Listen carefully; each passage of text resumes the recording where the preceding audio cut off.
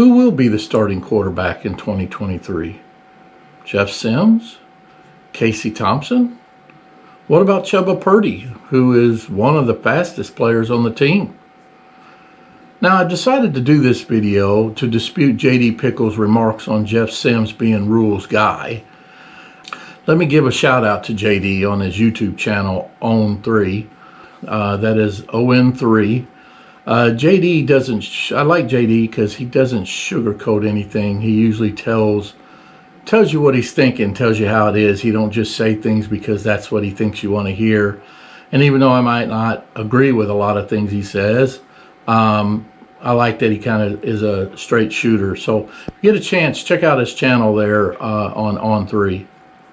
But J.D. made the remark that he feels since Rhule and the staff made a conscious decision to actually go get Jeff Sims, that Sims is more of what they are looking for in a quarterback and not Casey Thompson.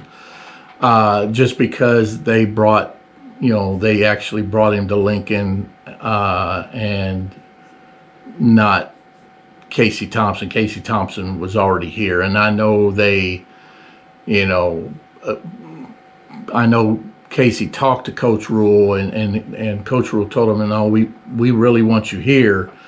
He's trying to say because they actually had to go get Jeff Sims and bring him to Lincoln that Jeff Sims had an upper hand. But I don't feel that's the case. I really believe the quarterback race is wide open. I believe they brought in Jeff Sims for a couple of reasons. One, they wanted more competition at the position, or I should say they wanted better competition at the position. If you remember right, when Casey went down last year and got hurt, and the other quarterbacks had to come in, how far ahead Casey was with everybody else. And competition brings out the best in everybody. Better competition brings out better players. And that's, I understand, like teams like Alabama and Georgia and them get a lot of the 5-star, so they have better players already. But another thing is they're better because the competition's better. So I think that's the main reason why I think they wanted Jeff Sims there. So they have a competition factor there. And then also if somebody got hurt like Casey did last year, they got a reputable quarterback taking over. And the second reason why I think they went and got Jeff Sims was Jeff Sims was the best quarterback option at the time in the portal. I don't think it was them just saying, I want Jeff Sims, I'm going to go out there and get Jeff Sims. I think once they looked at it and saw who was in the portal, no doubt Jeff Sims was the better quarterback out of everybody that was in the portal. So I think there was a couple reasons why you see why they went and got Jeff Sims and all that. I don't think necessarily that Jeff Sims is their guy and all that. Doesn't mean Jeff Sims won't win the starting position, but I think Casey's just as in it as anyone else. And I know Sims will get all the snaps or most of the snaps in spring practice starting next week just because Casey is still resting his injured or repaired shoulder. Rhule made a statement in his press conference that Casey will not be throwing this spring, and I think that's because no one wins the starting job in the spring, period. When the position's wide open, and trust me, almost all the positions probably on this team are wide open, nobody wins it in the spring. It's always won in the summer, fall camp, right before the season starts. So I think they want him 100%. So when the fall practices start, they got 100% Casey with Jeff Sims and just let the best man win. And I'm telling you right now, I think Casey Thompson is the better option, and I think he's going to win out. And I think he's going to thrive under Matt Rhule. I really do. I also feel that I wouldn't be surprised you don't see Rhule run a 2-quarterback system, especially this year. If they're what he probably thinks and what I think, these two are going to be pretty close. I think Casey Thompson's going to edge out Jeff Sims, But if they're as close as I think they are, I wouldn't be surprised if Rhule doesn't use a two-quarterback system using both Jeff Sims and Casey Thompson. That's going to give the defenses something else to prepare for in a week's time. You remember, most games are week to week, so you only get a week to prepare. And if they got to prepare for both, it's going to be a little more difficult. So while we're here, if you don't mind, if you could give this video a thumbs up, and once I get 100 likes, I'll send out a big country hat, just like this one, to one of my subscribers. So make sure you also subscribe and click on notifications so you'll be part of that list I draw from. Right now the odds are in your favor. I only have 6 subscribers at the time.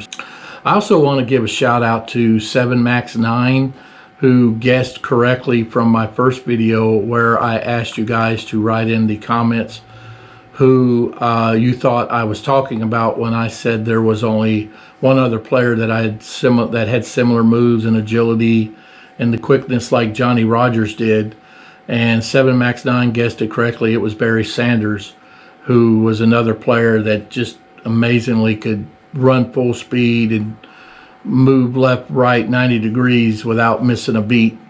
Now, he played for Oklahoma State back when in the Big 8, when Nebraska was even in the Big 8, and then played for the Detroit Lions in the NFL. I also feel Barry Sanders, if he was within another team besides the Detroit Lions that had a lot better offensive line, he would have probably shattered a few NFL records while he was in the league. Back to this two-quarterback system that I feel Rhule's going to have up his sleeve. Remember, Sims is a pretty healthy man. He's like 6'4", 220 pounds, and he kind of likes taking off and running, and he'll run around you, but I've seen he'll run through you as well. So I bet you'll see some package. I wouldn't even be surprised you don't see some packages with both Casey Thompson and Jeff Sims on the field at the same time. Mark my word, you might not see it until the Michigan game, but you watch for that, because remember, Casey's what kept this team in most of these games that he played in. And I bet you if he would have stayed healthy last year for the other games, that Nebraska would have pulled out probably a couple more wins. I think enough to at least get him to a bowl game.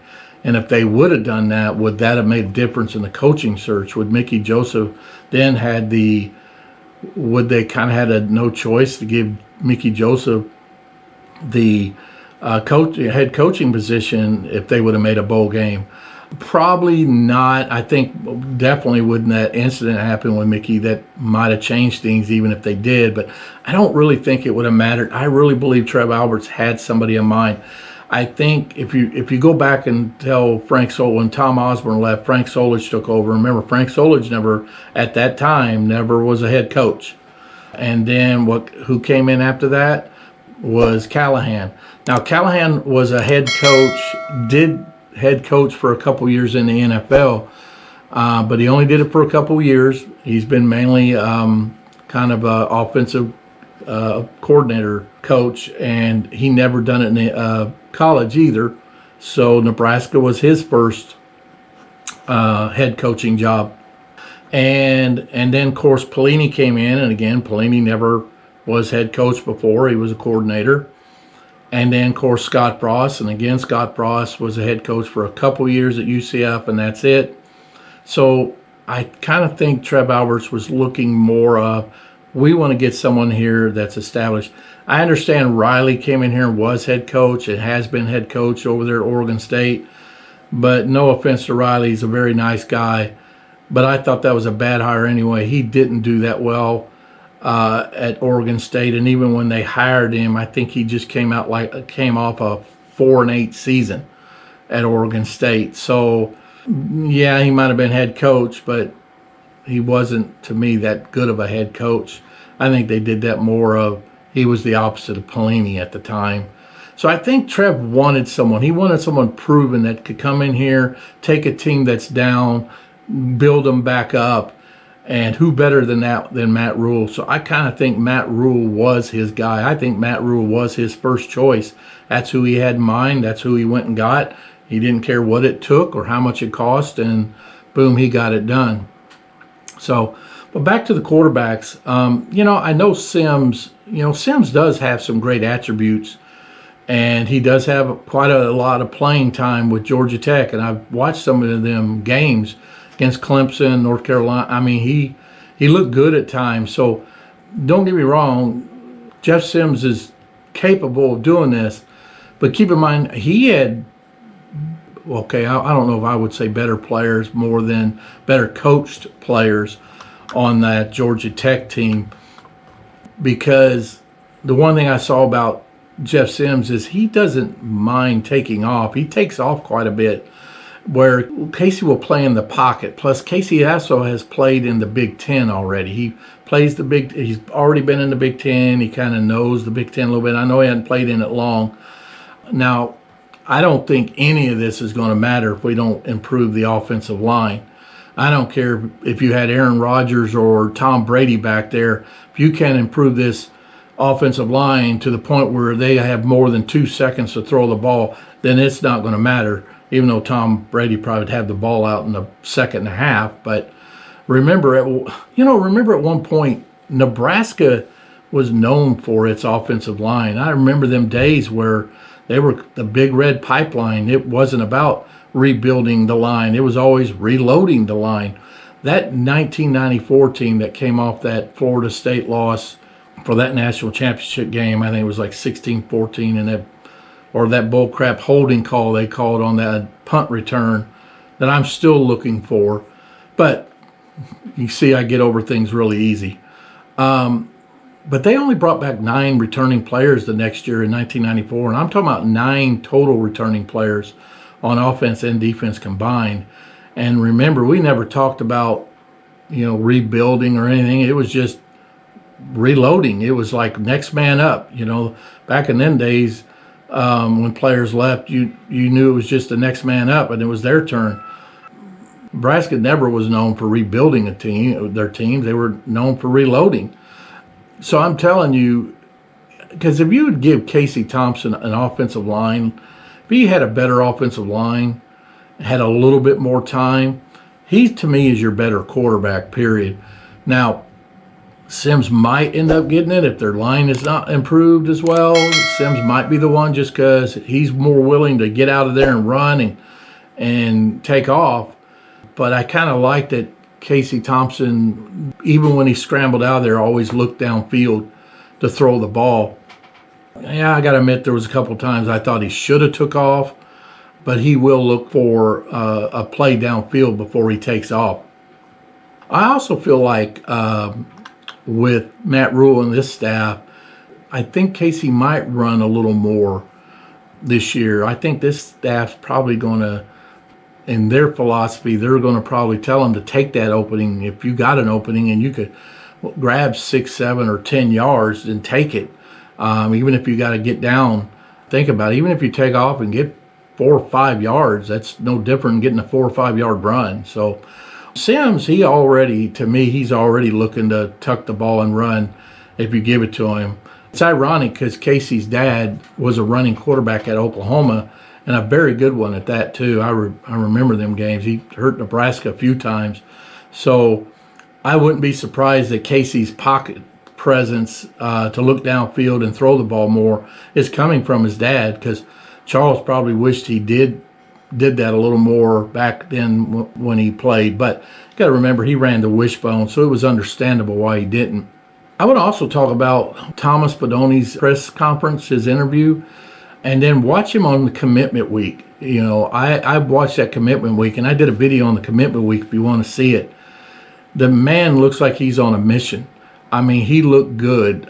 You could tell he's at least been training, and I think he's got an agenda. Remember, he was the top tight end coming out of his recruiting class. The kid just can't stay healthy. So I think no matter what, if he could stay healthy, he's going to have a humongous year. He's going to have a big year. So whoever's the starting quarterback, Fidoni's going to be their favorite target. I don't think he's going to be one of their favorite targets. If he could stay healthy, mark my word, you're going to see some good things out of Fidoni. So tell me what you think about who you think might start quarterback who you think's got the edge. I understand spring, like I said, spring practice is about to start. That's not going to tell you much. The spring practice is more, just to keep them going, and the big one's going to be in the fall camps. That's when you really decide who it is. But you at least get to see a little action with Jeff Sims, and it's kind of a shame we don't get to see Casey Thompson. But I'd rather him rest right now and then let him come back, because you got to think what he did last year. He also did on an injured shoulder. That shoulder was injured for a little bit before he finally had to, shut it down and take the rest of the year off. So what's he going to do now with 100% shoulder and all that? You're going to be surprised. Casey Thompson's going to be the guy. I really believe that. But it's good to have Jeff Sims there, because I think you might see, like I said, this year you might see both. And Jeff Sims is a junior. That don't mean he don't leave. He's a junior, where Casey's a senior. So Jeff Sims could be around one more year until Dylan Raiola gets here and takes over. And I still think that's going to happen. So a couple more weeks, we're going to find out. If you watched my first video, I made that prediction. Dylan Raiola is coming to Lincoln. So watch that video and I'll give you my reasons why. So I want to thank everybody for taking the time and watching my video here. And if you don't mind, please make sure to subscribe and click on notifications so you don't miss any new Husker videos I put out. It don't cost you anything to do, and it means the whole world to me. I really do appreciate it. And I'm going to start giving away hats and shirts and stuff just as time goes on, when I could do that, just because, and I do have tickets that I just continued on, because back in at one time, back in the good old day, it was hard to get tickets. Even though I don't get to go to the game, I don't live in the state anymore, I don't get to go to the games like I used to. So a lot of times they go to waste, because I don't sell them or give them away. If I have a family member ask me, hey, and go, I'll send it to them. So I'm going to start probably on the channel here giving them to subscribers every now and then. I'm going to just throw one. I might throw both of them to the same subscriber. I haven't decided on that. Or do I give one to one subscriber and then another one to another subscriber? And then that way you two got to sit next to each other and maybe talk good things about me when you do that. But I'll talk more about that at a later time. So again, thank everybody for watching, and till next time, go Big Red.